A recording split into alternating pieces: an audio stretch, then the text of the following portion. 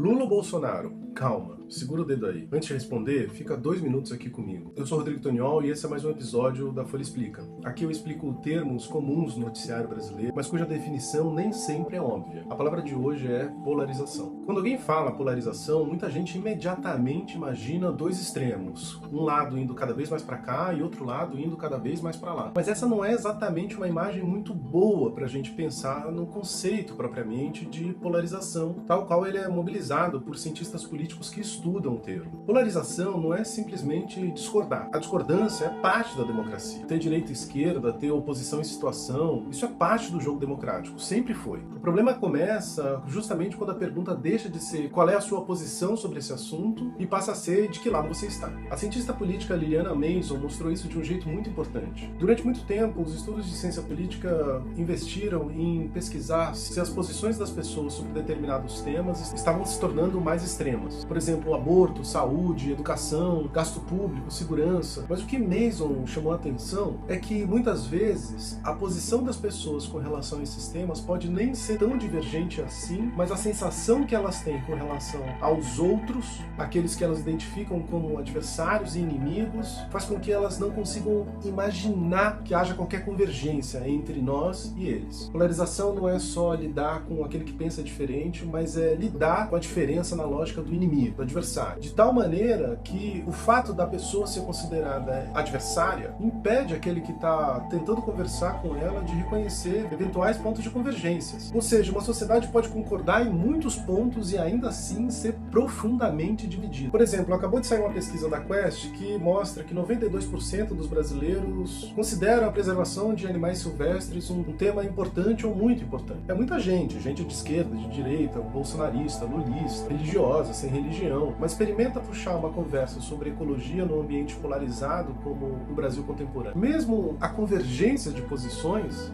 impede que o diálogo avance. E a única coisa que se vê é divergência. A pessoa olha para o outro e pensa, não é possível que ele concorde comigo nesse assunto. Afinal, ele não está no mesmo time que o meu. E aí o diálogo não avança. O fenômeno da polarização na política não é necessariamente, portanto, uma polarização com relação a fatos concretos. É uma polarização dos sentimentos com relação ao outro, ao grupo que se identifica com práticas cotidianas, religiosas, formas de vida diferentes das minhas. O contrário de polarização não é fazer com que todo mundo pense igual. O melhor caminho é deixar de perguntar de que lado você está e passar a perguntar do que exatamente a gente está divergindo. Na semana que vem eu volto com outro termo aqui no Folha Explica.